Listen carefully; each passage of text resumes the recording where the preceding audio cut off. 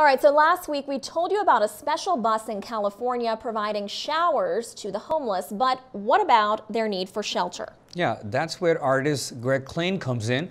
The small enclosures he builds serve as portable homes for the homeless. I spoke to Michael Sullivan, viewer correspondent, about that. This industrial section of West Oakland is dotted with tiny houses designed and built by a local artist. Greg KLOEHN has built and given away at least 20 of these structures. And I like to help them, sure. I mean, it's fun for me. I like to make things, and to do something that makes a big impact in someone's life is good. How did Greg come up with this idea of building homes for the homeless in his community?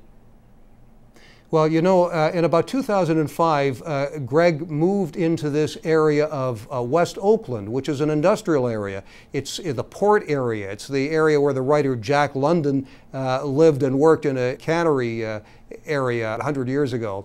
It's a kind of a rough area, a lot of small factories, a lot of freeway overpasses. He moved in there to create an artist studio because the land was very cheap. But he noticed there were a lot of homeless people who would settle in the area as well. And he said one day, one of the homeless people came up to him, it was raining, and asked if he could help provide shelter. Oscar Young got a home and relief from chilly nights on the street. Well, it's better than living on the ground, to tell you the truth, because if it wasn't for Greg, I would be still on the ground. He happened to be experimenting with building small structures. His initial thought was that he could build a small structure just using discarded materials and perhaps sell these. But he had one sitting outside his studio and he thought, well, I'll let this homeless person sleep in this, and eventually he gave it away. And then he started building one after another. And he's built something like 20 of these structures so far. They are on wheels, they're theoretically portable, although people generally try to find a place, set them up, and basically you just move in. Some on the streets once had houses of their own, but Sheila Williams has learned to live with less. I had it all just like two people do out there. But now look at me now. I'm living in one of Greg's houses, and I'm thankful to that man. So this is a place that they can lock up, they can keep things safe, they can be secure themselves at night, and they can be sheltered from the elements when the weather gets bad. And it really makes all the difference. It just gives them a sense of belonging and a sense that they have a place to call home. One of the interesting things in your piece, in this particular piece, was how Greg is providing power supply to these homes. That's right, and every one of these homes is a little bit different, but basically he goes out on the street and he finds discarded materials. I put it on light, you know, an old lamp, so you could move it around. You can keep it optimum just to the sun.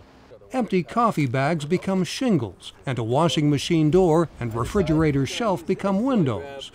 And this area of West Oakland is, because it's abandoned at night, and you know, the factories closed down, there aren't many people, there's a lot of illegal dumping, and people who don't want to pay money to dispose of their materials at the local dump will come out and just dump things on the street. Well, normally the city has to go in and clean this up in the morning, but Greg goes out early some mornings and just sees what he can find. He finds pieces of lumber, you know, wood, discarded refrigerators, doors, discarded campers, all kinds of material, and he puts this together. He goes out to some hardware stores and he buys a few things himself, just some inexpensive wheels or maybe you know, some nails and screws and glue.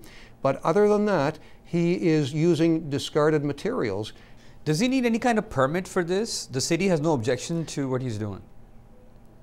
Well, you know, theoretically you cannot just create a home and set it on the sidewalk, but the police, I asked the homeless people, have you had problems from the police, which is generally a big problem with homeless people, and they say no. And I think what some of the homeless people are hoping, and what Greg KLOEHN is hoping, is maybe, you know, the city could come up with some vacant land or some areas where these things are fully legal and could even be permitted. But as it is now, they haven't had a problem in these areas. And thanks to Michael Sullivan for that.